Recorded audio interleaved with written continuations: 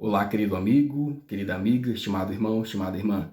Estamos aqui para o estudo de mais uma lição de suma importância para as nossas vidas. Quando o sol se põe. Querido irmão, o anseio do ser humano é viver mais e mais. Viver e nunca morrer. Essa é a realidade. É o desejo do coração do ser humano. Viver e nunca morrer. Mas a realidade é que todos nós passaremos por essa experiência. Todos nós passaremos pelo sono da morte. Alguns fiéis estarão vivos na volta de Jesus, mas nós não sabemos em qual momento isso ocorrerá. Se seremos nós, né? Ou alguns de nós. Mas, em regra, é que todos nós passaremos pelo sono da morte. Todos nós morreremos. Esse é um assunto que toca emoções em nossos corações, né? É um assunto que às vezes causa dor, mas precisamos estudar, porque existe esperança, porque existe promessa sobre esse assunto. Mas a morte, então, não é o fim, porque existe promessa, porque existe esperança. A morte não é o fim da história para todo aquele que crê no Filho de Deus, Jesus Cristo, para todo aquele que deposita a sua fé na esperança de salvação em Cristo Jesus. A morte não é o fim da história. Todo aquele que morrer em Cristo, fiel à sua palavra, fiel ao seu querer, tem a esperança, tem, então, a convicção, tem a promessa de ser ressuscitado por Cristo naquele grande dia da sua vinda. Será ressuscitado por Cristo para a salvação e para a vida eterna. Todo aquele que nele crê não perecerá. Aquele que viveu fiel à sua palavra aqui neste mundo passará pela experiência da morte, mas será ressuscitado por Cristo. Essa é a nossa esperança, essa é a nossa fé, essa é a promessa de Cristo, de Deus, para todos os fiéis. A morte não é o fim da nossa história. A palavra fiel é esta, que se morrermos com Ele, também com Ele viveremos. Segundo Timóteo 2:11. Nosso corpo mortal pode ir para a sepultura.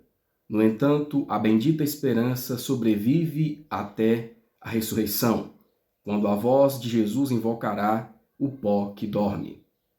Nessa ocasião, desfrutaremos da plenitude da bendita e gloriosa esperança. O primeiro tópico vem nos trazendo o anseio pela imortalidade. A letra A. Por que a morte existe neste mundo?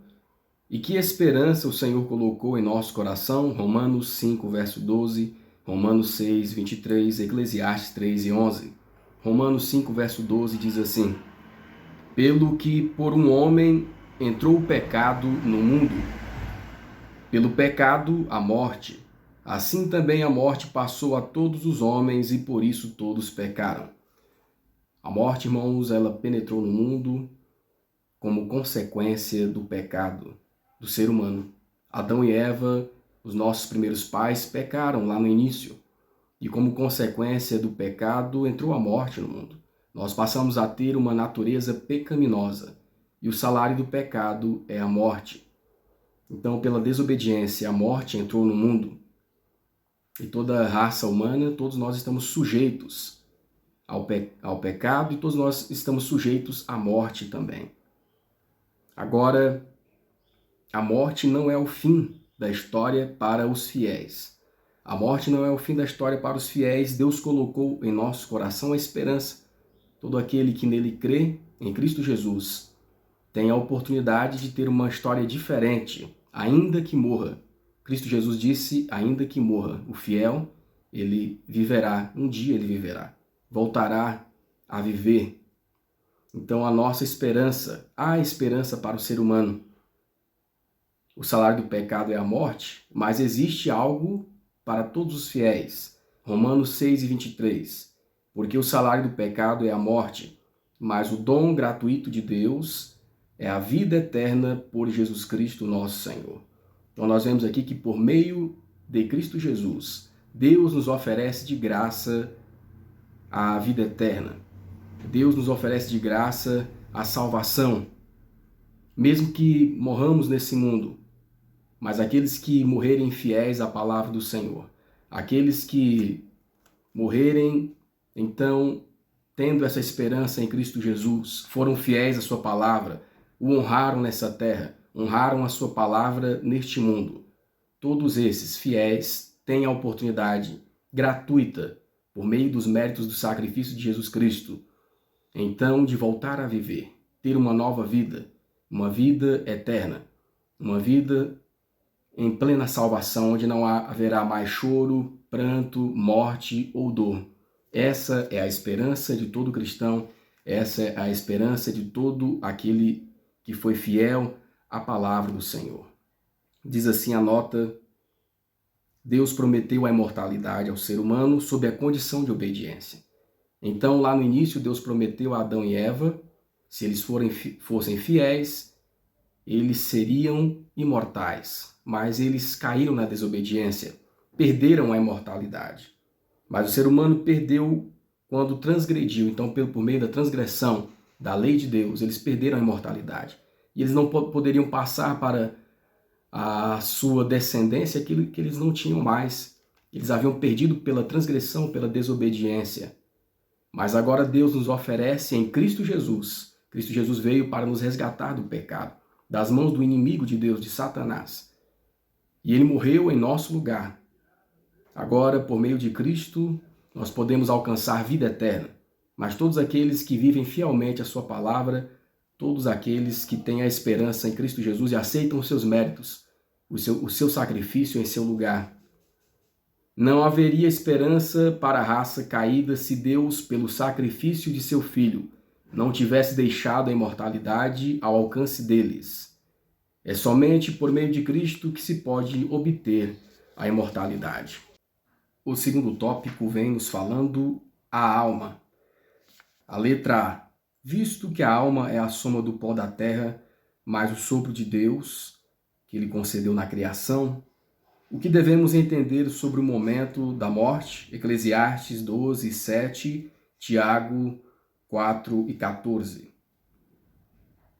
E formou o Senhor Deus o homem do pó da terra e soprou em seus narizes o fôlego da vida, e o homem foi feito alma vivente. Então nós vemos aqui, irmãos, que a alma, que é o próprio ser humano, é a soma do pó da terra, mais o sopro que Deus concedeu, o fôlego de vida, ou o espírito de vida. Então o que acontece com o homem após a morte, ou no momento da sua morte? O pó volta à terra, que é a nossa carne, o barro, e o espírito volta a Deus. O espírito, nesse sentido aqui, é o fôlego de vida que Deus soprou nas narinas do ser humano ao formá-lo. É o sopro de Deus. Então, a alma é o ser humano, que é a soma do pó da terra, o barro, mais o fôlego que vem de Deus, né? Que muitas vezes na Bíblia é chamado de espírito de vida. Então não existe uma entidade que sai dentro de você, uma alma que sai dentro de você, porque você já é a própria alma. O ser humano já é a própria alma, o ser humano que pensa, o ser humano que sente, o ser humano que trabalha, o ser humano que ama, o ser humano que às vezes odeia. Você é a própria alma, né? Então, segundo a Bíblia, o ser humano já é a própria alma, somado, né, do pó da terra, mas o sopro que vem de Deus, o espírito de vida, o fôlego de vida. E quando nós morremos, a nossa matéria, a nossa carne, o nosso pó volta para a terra. E o sopro de vida, o espírito de vida, volta para Deus. Então nós devemos compreender qual é a nossa situação no momento da morte. A nossa vida nesse mundo, querido amigo, querido irmão, é uma vida curta. Às vezes nós fazemos planos e projetos, projetamos, idealizamos, né? Mas nem sempre irá acontecer, nem sempre acontece, porque só irá acontecer o que é da vontade de Deus, né? Muitas vezes nós estamos vivos hoje, amanhã pode ser que não estaremos. Por isso nossos planos e projetos devem estar nas mãos do Senhor, devemos colocar nas mãos de Deus. que aconteçam de acordo com a sua santa e boa vontade. Então nós precisamos nos consagrar ao Senhor enquanto é tempo, antes da nossa morte, porque depois da nossa morte não há mais o que se fazer. Hoje, enquanto há a porta da graça, enquanto a porta da graça está aberta, devemos nos entregar ao Senhor Jesus. Diz assim a pena inspirada: não diga presunçosamente, hoje ou amanhã entraremos em tal cidade e ficaremos lá por um ano, compraremos e venderemos, obteremos lucro. Deus pode ter planos diferentes para você. A vida não passa de um vapor. Precisamos ter isso em mente. Tiago 4, verso 14 diz assim: digo-vos que não sabeis o que acontecerá amanhã, porque que é a vossa vida, porque o que é a vossa vida? É um vapor que aparece por um pouco e depois se desvanece.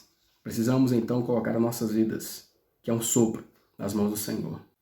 A pergunta B: qual é a diferença entre pessoas e animais quando o assunto é a morte? Salmos 49, 16, 17. Eclesiastes 2, 15 e 16. Eclesiastes 3, 19 e 20. O ser humano é diferente dos animais em questão de intelecto, em questão de conhecimento, em questão de aparência. O ser humano foi feito à imagem e semelhança de Deus. Agora, em questão de morte, vamos ver qual é a diferença. Salmo 49, 16 e 17. Não temas quando alguém se enriquece, quando a glória da sua casa se engrandece, porque quando morrer nada levará consigo, nem a sua glória o acompanhará. Eclesiastes 15, 16.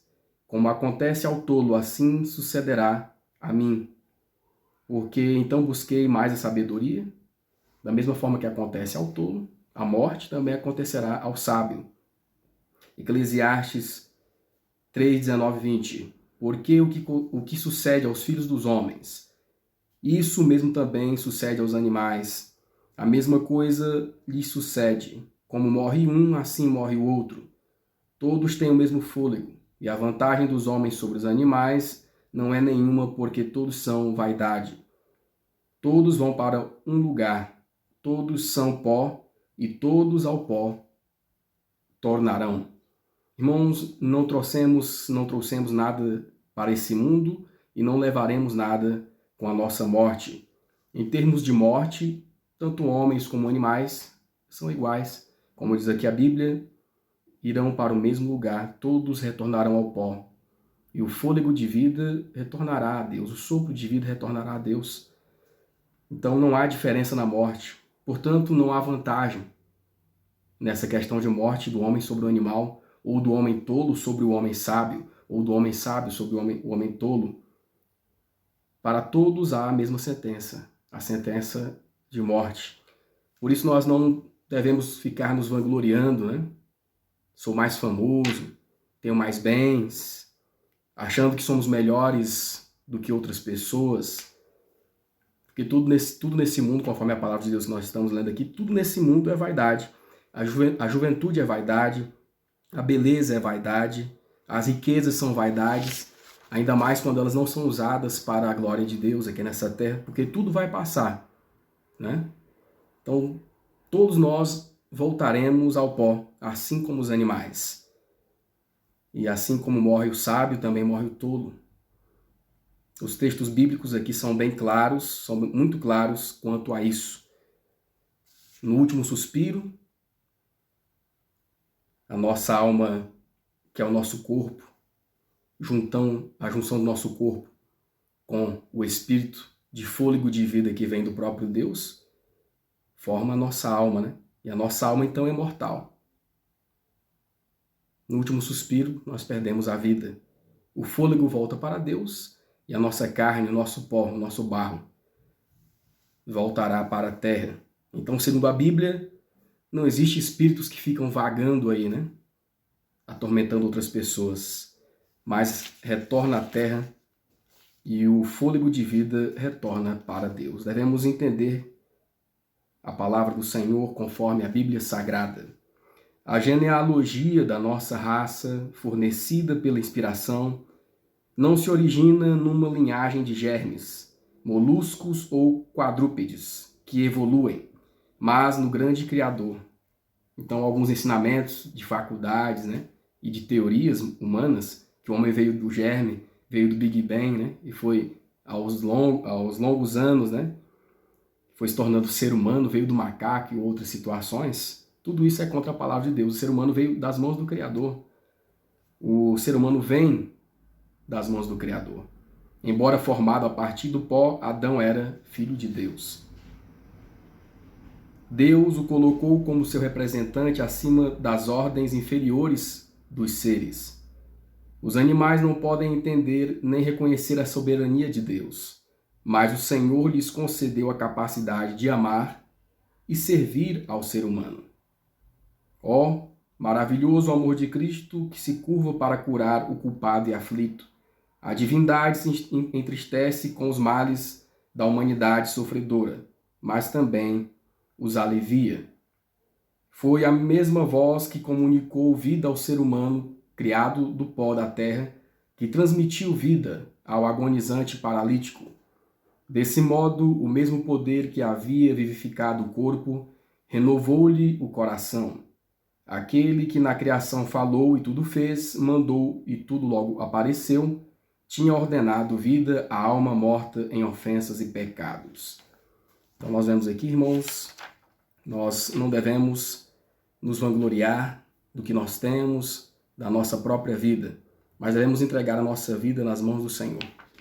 Nós viemos do pó, recebemos o fôlego de vida de Deus, mas um dia ao pó deveremos retornar. O terceiro tópico vem nos falando de um assunto muito importante, o estado dos mortos. A letra A. Os mortos têm consciência de algo? Por que precisamos entender perfeitamente esse ponto? Eclesiastes 9, de 3 a 6, Salmos 115, versículo 17, Salmos 146, versículo 4. Muitos erros e enganos, né, sobre esse assunto são transmitidos por aí e falam contra a palavra de Deus. Satanás tem usado esses erros e essas falsas doutrinas, né, para contradizer a palavra de Deus, a Bíblia Sagrada. Segundo a palavra de Deus, segundo a Bíblia Sagrada, os mortos nada sabem. Não tem consciência desse mundo mais, né? A sua vida já passou. Após a morte, o ser humano não tem mais consciência. A alma, que é o sopro de Deus na nossa vida, e o pó da terra, que aconteceu? Foi retirado, né? A alma, que é a soma do sopro divino, e também do barro, do pó da terra. O nosso corpo voltou, a matéria voltou, então, ao pó da terra. E o sopro voltou a Deus. Isso que é a alma vivente. O ser humano se torna alma vivente a partir desses dois elementos. O sopro de Deus somado, então, à matéria, ao pó da terra. Então não sai também nenhuma entidade de dentro de alguém que morreu, né? Uma entidade consciente. Ah, eu vi o espírito de alguém, eu vi o espírito de fulano, né? Isso não está na palavra de Deus. Então não são doutrinas e pensamentos que são ensinados, mas são falsas doutrinas, não tem base bíblica, né? Pois contradizem a palavra de Deus. Você pode ler isso em Eclesiastes 9, versículo 3, versículo 5, por exemplo. Porque os vivos sabem que hão de morrer. Os vivos sabem que hão de morrer.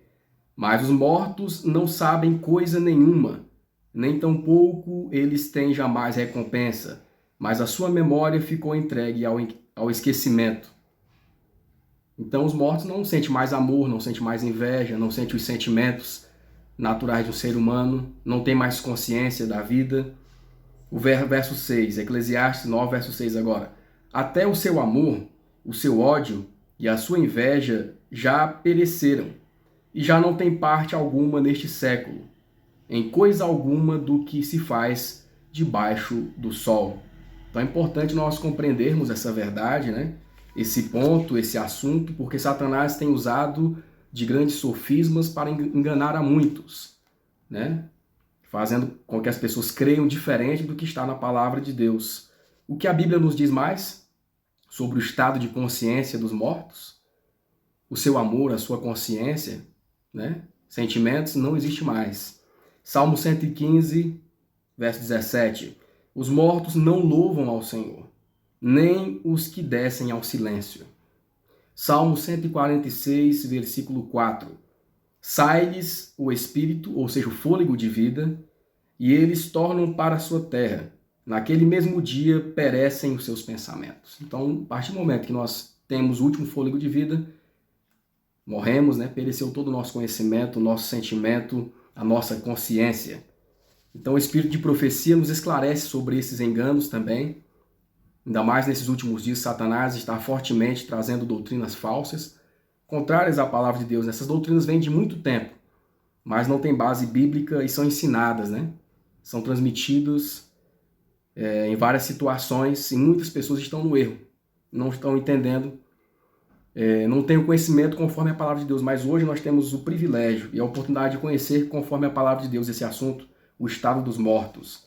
Então Satanás ele tem usado desse engano. Muitas vezes Satanás tem usado os seus anjos, né, os seus demônios, para se personificarem em uma pessoa. Nossa, eu vi fulano de tal que morreu. Não viu.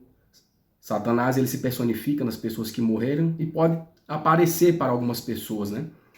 Mas não é aquela pessoa.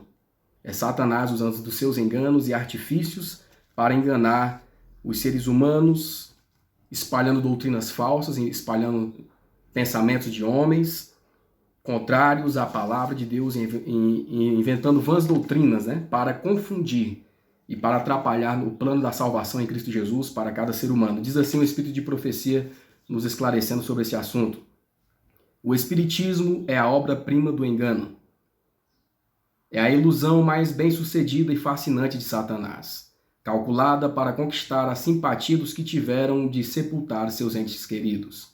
Vocês lembram também? Quando Satanás falou para Eva, lá na tentação, quando caiu em pecado, Deus falou para ela assim, olha, se vocês pecarem, vocês irão morrer. Satanás, por meio da serpente, falou assim, certamente não morrerás. Então Satanás ele está enganando desde a criação também, né? Desde o ser humano, desde os primórdios. Deus fala uma coisa, Satanás fala outra, para contrafazer, para atrapalhar, para desvirtuar aquilo que Deus deixou para o ser humano e as suas verdades.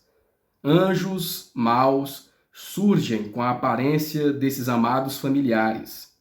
Relatam incidentes relacionados à vida que tiveram e agem de modo idêntico à época em que viveram. Dessa forma, levam as pessoas a crer que amigos mortos são de fato anjos pairando sobre eles que querem se comunicar. Eles dedicam certa idolatria a esses anjos maus, que supostamente são amigos falecidos. Por isso, muitos dão mais peso à palavra deles do que à palavra de Deus. Então, Satanás ele embota as mentes, né, para distorcer a verdade, e as pessoas esquecem da Bíblia Sagrada. Então, devemos nos voltar para a palavra de Deus, né? Porque Satanás ele faz todo esse engodo, né, e engana a muitos. A doutrina da consciência após a morte, do espírito dos mortos que se comunica com os vivos, não tem base bíblica. E mesmo assim, muitos afirmam que essas teorias são verdadeiras. Essa falsa doutrina abriu o caminho para os espíritos de demônios enganarem as pessoas ao se apresentarem como gente falecida. Agentes satânicos personificam os mortos e desse modo aprisionam almas. Satanás tem uma religião, uma sinagoga e adoradores dedicados. Então, irmãos, todas as pessoas que morreram e todos nós que um dia morreremos, estaremos em estado de inconsciência, né? O amor passou, a vaidade, todos os sentimentos, não temos consciência, tudo passou.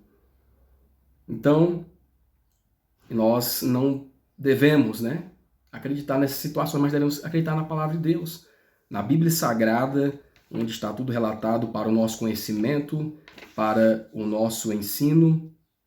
Nós devemos, então, buscar o conhecimento e o ensino conforme a palavra de Deus e não conforme teorias e doutrinas humanas. Se os mortos não sabem de nada, É correto orar aos santos do passado para que sirvam como mediadores entre Deus e nós? 1 Timóteo 2, verso 5. Porque há um só mediador entre Deus e os homens, Jesus Cristo, o homem.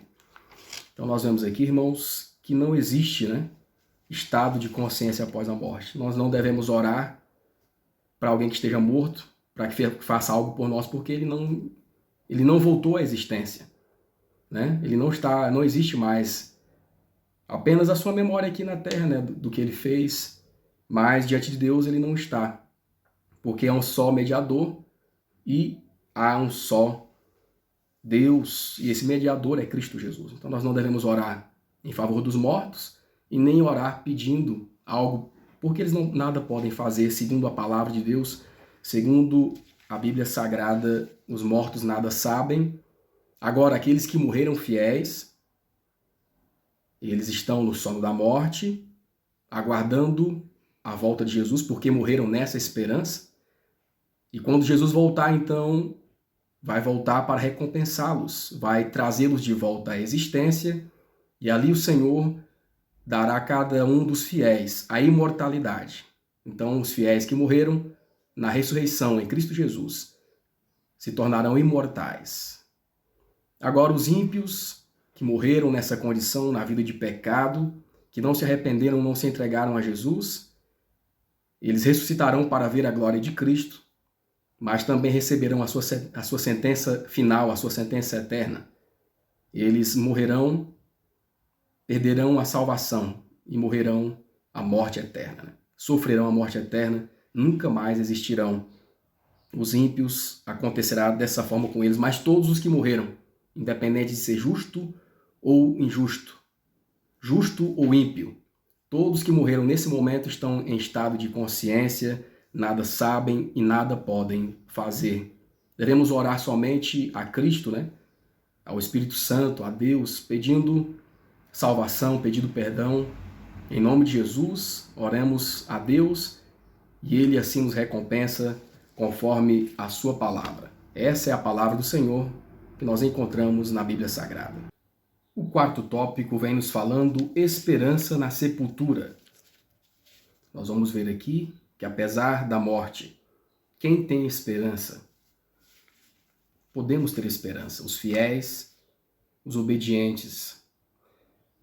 Compare o nível de esperança entre dois tipos diferentes de pessoas que descem à sepultura. Provérbios 11, verso 7, Provérbios 14, 32. Romanos 8, verso 11. Provérbios 11, verso 7. Morrendo o ímpio, perece a sua expectação, e a esperança da iniquidade perde-se. Irmãos, o homem ímpio, aquele que viveu contrário à palavra de Deus, aquele que foi infiel, que não aceitou a Jesus como seu Salvador, que não se arrependeu dos seus pecados, ao morrer, ele não tem esperança alguma. Não tem esperança, apenas uma expectativa de juízo. Provérbios 14, 32. Pela sua malícia será lançado fora o ímpio, mas o justo, até na sua morte, tem esperança. O homem justo, a mulher justa, fiéis ao Senhor, tementes ao Senhor, obedientes à sua palavra, que fizeram uma vida de acordo com a vontade do Senhor, que buscaram ser obedientes, apesar das suas falhas e dificuldades, mas que se arrependeram dos seus pecados, creram em Jesus como seu único e suficiente Salvador, aceitaram os méritos de Jesus. Para esse tem esperança após a sua morte. Para esse, a morte não é o fim da sua história, porque em vida ele foi obediente à palavra do Senhor. Em vida, ele procurou ser fiel à lei de Deus, à lei do Criador. Então, há esperança para quem foi fiel. Há esperança para aquele que foi obediente à palavra de Deus. Romanos 8 e 11 diz assim: E se o Espírito daquele que dos mortos ressuscitou a Jesus Cristo habita em vós, aquele que dos mortos ressuscitou a Cristo também vivificará o vosso corpo mortal, pelo seu Espírito que em vós habita. Então, Cristo ressuscitará aquele que foi fiel, aquela que foi fiel para uma nova vida, para a vida eterna. Essa é a nossa esperança. É a esperança, né, daquele que está buscando dia a dia ser obediente. Agora, aquele que foi desobediente não terá esperança. Em qual grupo nós nos encaixamos? Hoje, precisamos fazer uma reflexão na nossa vida, né? A letra B. Explique a diferença entre a ressurreição dos justos e a ressurreição dos ímpios. João 5, 21 a 29. No capítulo 5, versículo 24, diz assim: Eu lhes asseguro, quem ouve a minha palavra e crê naquele que me enviou tem a vida eterna e não será condenado, mas já passou da morte para a vida. Versículo 28 diz assim: Não fiquem admirados com isto, pois está chegando a hora em que todos os que estiverem nos túmulos ouvirão a sua voz. Todos os que estiverem no túmulo ouvirão a sua voz, a voz do próprio Cristo, e sairão. Os que fizeram o bem ressuscitarão para a vida, e os que fizeram o mal ressuscitarão para serem condenados. Então, irmãos, a Bíblia nos ensina que os justos, que os fiéis, né, aqueles que viveram de acordo com a palavra de Deus, ressuscitarão primeiro. Ressuscitarão primeiro aqueles que se arrependeram dos seus pecados, aqueles que se entregaram a Cristo como seu único e suficiente Salvador.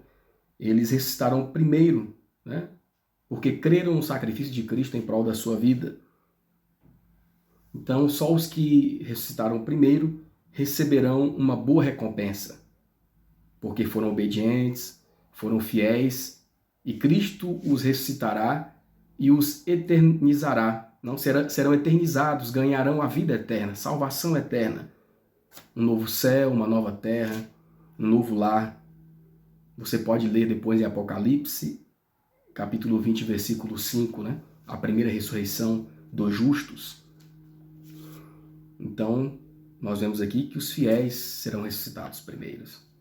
Aqueles que aceitaram Jesus Cristo, mesmo que morram, vão passar, né, um momento ali na morte, que é um momento de sono. Depois vamos explicar mais para frente, né? É como se fosse um sono, né? A morte do justo. E ele voltará à existência, porque Cristo trará a existência, e ele será, então, recompensado com a vida eterna. Olha que alegria, né, irmãos? Podermos fazer parte da primeira ressurreição. Agora, a segunda ressurreição. Nós iremos fazer parte da primeira ressurreição ou da segunda ressurreição? Que alegria será para aqueles que fizerem parte da primeira ressurreição. A segunda ressurreição, irmãos, é a ressurreição dos ímpios, é a ressurreição daqueles que negaram a Cristo, aqueles que não se arrependeram da sua vida de pecado, daqueles que foram infiéis, contrários à palavra do Senhor, que não viveram em obediência, né? Que desobedeceram à lei do Criador. Essa será a segunda ressurreição, e eles ressuscitarão para verem a glória de Cristo. Ressuscitarão para verem a glória de Cristo e para receberem a sua recompensa. Então receberão eles a sua recompensa, né? A recompensa de morte eterna. Nunca mais existirão, nunca mais voltarão à existência. Também depois poderemos estudar sobre a ressurreição parcial, que é um outro estudo, mas no geral aqui as duas grandes ressurreições, né? Uns para a vida eterna e outros para a morte eterna. Em qual grupo nós estaremos? Na primeira ressurreição dos justos?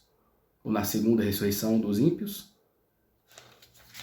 Qual grupo faremos parte? Hoje ainda, enquanto estamos em vida, podemos mudar essa história, nos voltando para Cristo, o nosso autor e consumador da nossa vida. Existe uma distinção entre duas classes, essas duas classes apresentadas. Os que foram considerados dignos da ressurreição da vida são bem-aventurados e santos. Sobre esses não tem poder a segunda morte. Apocalipse 20, verso 6. Mas aqueles que não alcançaram perdão por meio do arrependimento e fé devem receber a penalidade da transgressão. O salário do pecado é a morte. Sofrem punições que variam em duração e intensidade, segundo as suas obras. Contudo, elas finalmente terminam com a segunda morte. Essa é a morte eterna. o esquecimento eterno nunca mais voltarão à existência, né? A misericórdia e a justiça divinas tornam impossível para Deus salvar o pecador no seu próprio pecado. Deus não pode nos salvar no nosso próprio pecado, mas Ele quer nos livrar do pecado. Então nós temos que nos afastar do pecado, mudar de vida, né? Em Cristo Jesus, Ele nos dá essa chance pela sua graça. Mas nós temos que aceitar enquanto estamos com vida. Sendo assim, o Senhor o elimina da existência de suas transgressões que o impediram de fruir e da qual ele se mostrou indigno. Então, aquele que se mostrou indigno nunca mais existirá. Deus terá que fazer a estranha obra, que é destruir o pecado e os pecadores nesse último dia. Diz um escritor inspirado: ainda um pouco e o ímpio não existirá. Olharás para o seu lugar e não aparecerá. E outro declara: e serão como se nunca tivessem existido. Salmo 37, verso 10, Obadias 1, verso 16. A letra C, como a Bíblia se refere a esse período em que os justos estão mortos? Como é que a Bíblia se refere a esse período em que estaremos mortos, né? Em que as pessoas estão mortas? Os justos, principalmente aqui. A referência para os justos. O que a Bíblia se refere, como a Bíblia se refere a esse período em que os justos estão mortos, Salmos 13, depois você pode ler com mais calma na sua casa, 13, versículo 3, Marcos 5, 39, João 11, de 11 a 14. Marcos 5, 39. E entrando, disse-lhes: por que vos alvoroçais e chorais? A menina não está morta, mas dorme. Isso aqui foi Jesus quando estava ressuscitando, quando foi ressuscitar a filha de Jairo, né? Ele disse para as pessoas que estavam chorando: não choreis, a menina não está morta. Ela apenas dorme. João 11, de 11 a 14. E assim falou e depois lhes disse: Lázaro, o nosso amigo, dorme, mas vou despertá-lo do sono. Disseram, pois, os seus discípulos: Senhor, se dorme, estará salvo. Mas Jesus dizia isso da sua morte. Eles, porém, cuidavam que falavam do repouso do sono. Então Jesus lhes disse claramente: Lázaro está morto. Então nós vemos aqui, irmãos, Jesus falou que eles apenas dormiam. Tanto a filha de Jairo, que estava morta, como Lázaro, amigo de Jesus, né? De fato estavam mortos, porque a morte para o justo é como um sono. É comparado a um sono, né? A morte para o justo, a Bíblia faz essa comparação. O próprio Cristo aqui, se referindo, né? O justo, ele está no estado de inconsciência, como se estivesse dormindo. Está dormindo, né? E de fato eles estavam mortos. Mas a morte do justo é um sono, né? Para aquele que foi justo, para aquele que foi fiel. Ressuscitará, né? Verá a glória de Cristo e será salvo eternamente. Então, para aquele que foi justo, para aquele que foi fiel, a morte é um sono profundo. Pois, por quê? Porque para o justo, para o obediente, para o justo, para quem foi obediente à palavra de Deus, existe esperança. Por isso que é comparado a um sono, porque ele vai ressurgir, vai acordar depois, né? E vai ter uma nova vida. Então, aquele que foi fiel, aquela que foi fiel, mesmo que esteja morto, viverá. É comparado a um sono. Por quê? O obediente, para o fiel, existe esperança. Que sejamos fiéis e obedientes, irmãos. A história do homem fiel, a história da mulher fiel, não finaliza com a morte, não acaba com a morte. Para o homem fiel, para a mulher fiel, existe esperança após a morte. Que nós possamos estar na classe dos fiéis. Cristo apresenta a morte para seus filhos crentes como sendo um sono. A vida deles está escondida com Cristo em Deus. E até o soar da última trombeta, os que morreram dormirão nele. Para o crente, a morte é uma questão de pouca importância.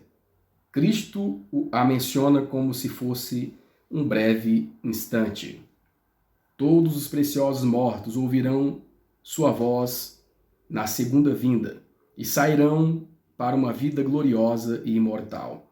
O mesmo poder que ergueu Cristo dentre os mortos também ressuscitará sua igreja e fortalecerá com ele acima de todos os principados, de todas as potestades, de todo nome, não somente neste mundo, mas também no que há de vir. O quinto tópico vem nos falando o modo como ressuscitaremos. A ressurreição para a vida é a esperança de todo verdadeiro cristão. O modo como ressuscitaremos. A letra A, assim como Adão, que esperança precisamos nutrir?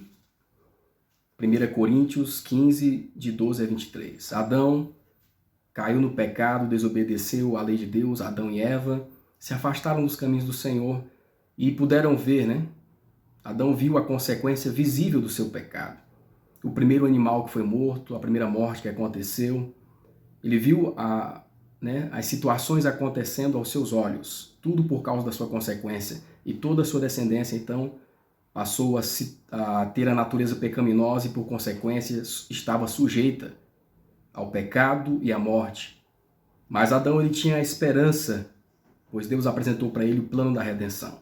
A esperança de vida eterna, mesmo que ele morresse. Ele tinha esperança em Cristo Jesus. Ele tinha esperança que um dia ele seria ressuscitado por meio de Cristo Jesus. Ele voltaria à existência, transformado numa nova vida, né? E nós também precisamos nutrir, assim como Adão nutria essa esperança na segunda vinda de Jesus, na volta de Jesus. Ele esperava ressuscitar com os justos, e nós devemos ter esperança para ressuscitarmos na ressurreição dos justos. Assim como Deus ressuscitou a Jesus Cristo, assim como Cristo voltou à existência, nós devemos ter fé que Jesus foi ressuscitado dentre os mortos e que ele tem o poder de fazer o mesmo com o seu povo. Nós devemos crer que Jesus ressuscitou e ressuscitará o seu povo, né?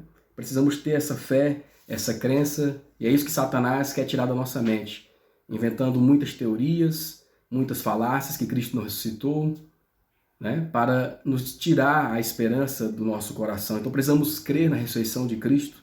Ele ressuscitou primeiro para nos dar o exemplo. Ressuscitou primeiro e hoje ele ressuscitará também. Na sua volta ele ressuscitará também o seu povo, aqueles que foram fiéis, aqueles que têm a esperança na ressurreição dos justos. E essa era a esperança de Adão. Lá no passado ele já cria no Messias que viria futuramente para morrer em seu favor, em prol da sua salvação. Cristo disse: aquele que crê em mim, ainda que esteja morto, viverá. Jesus estava falando da ressurreição dos justos, né? Da ressurreição daqueles que foram fiéis. Então, para nós que estamos vivendo numa vida de fidelidade, há esperança. Para aqueles que não vivem numa vida de fidelidade, não há esperança. Mas nós estamos sendo fiéis hoje ou estamos sendo ímpios? Se morrermos hoje, estaremos salvos ou perdidos? Precisamos analisar, irmãos, a nossa condição também. Precisamos viver essa esperança dia a dia. Confiemos, então, na palavra do Senhor, que nos fala que Cristo ressuscitou primeiro, para ser o exemplo, para ser a primícia dos salvos, né? E para mostrar que Ele ressuscitará também o seu povo, todo aquele que depositar a sua fé em Cristo, que viver conforme a vontade do Senhor. Esse também terá direito à ressurreição, a gloriosa ressurreição dos justos.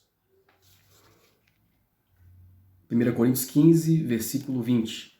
Mas de fato Cristo ressuscitou dentre os mortos, sendo as primícias dentre aqueles que dormiam. Visto que a morte veio por meio de um só homem, também a ressurreição dos mortos veio por meio de um só homem.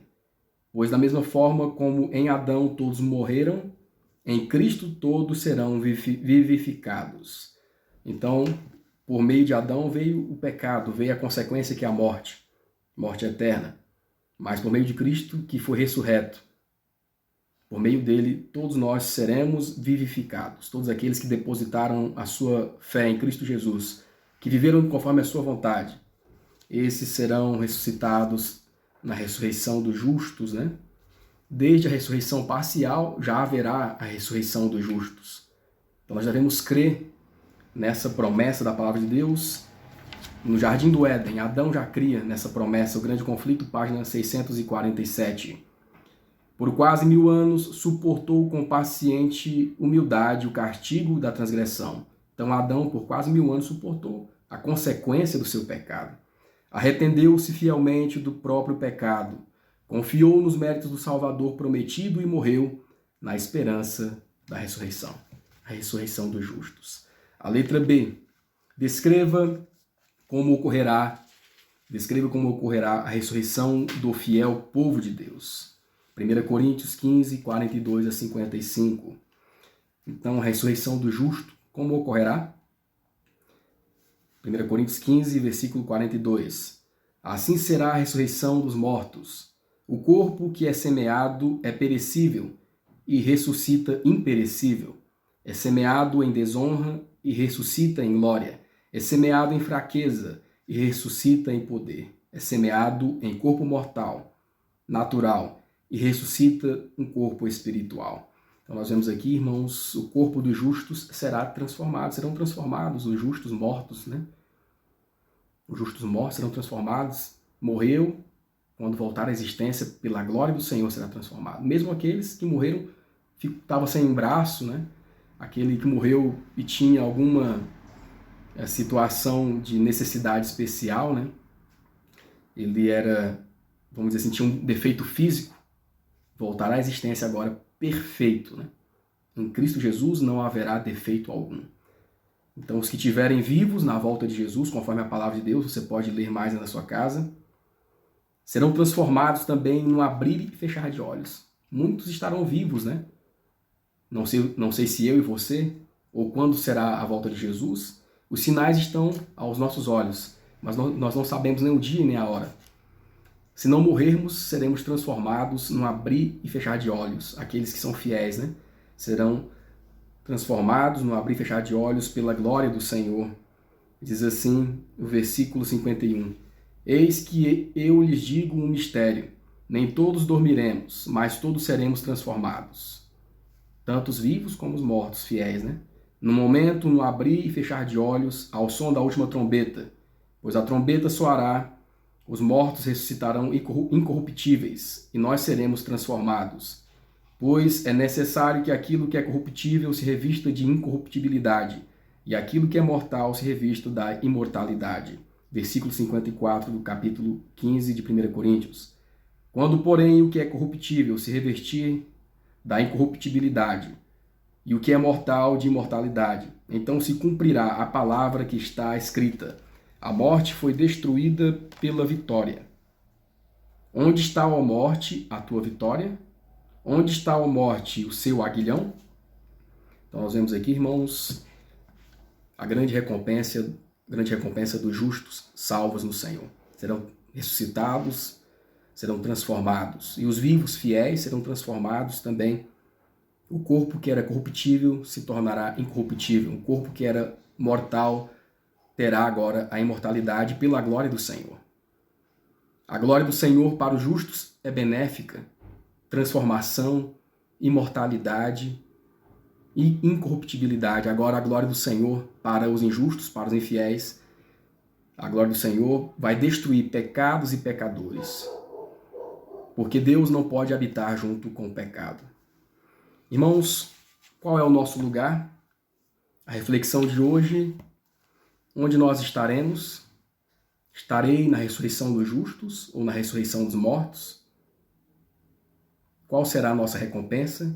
Que possamos refletir com essa maravilhosa lição, com essa preciosa verdade, baseada, fundamentada na palavra de Deus.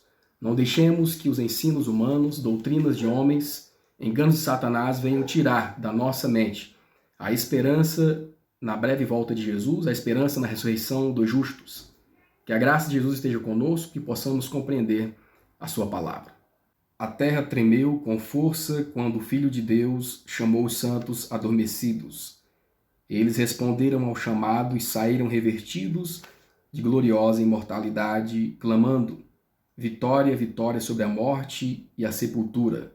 Onde está, ó morte, a tua vitória? Onde está, ó morte, o teu aguilhão? Em seguida, tanto os santos vivos que não passaram pela morte, quanto os ressuscitados, ergueram a voz numa longa e arrebatadora exclamação de vitória.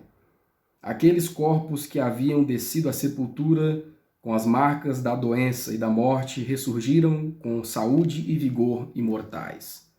Os santos vivos, são transformados no momento, no abrir e fechar de olhos, e são arrebatados com os que ressurgiram para juntos encontrarem o Senhor nos ares. Oh, que glorioso encontro! Amigos que a morte havia separado se unem para nunca mais se afastarem.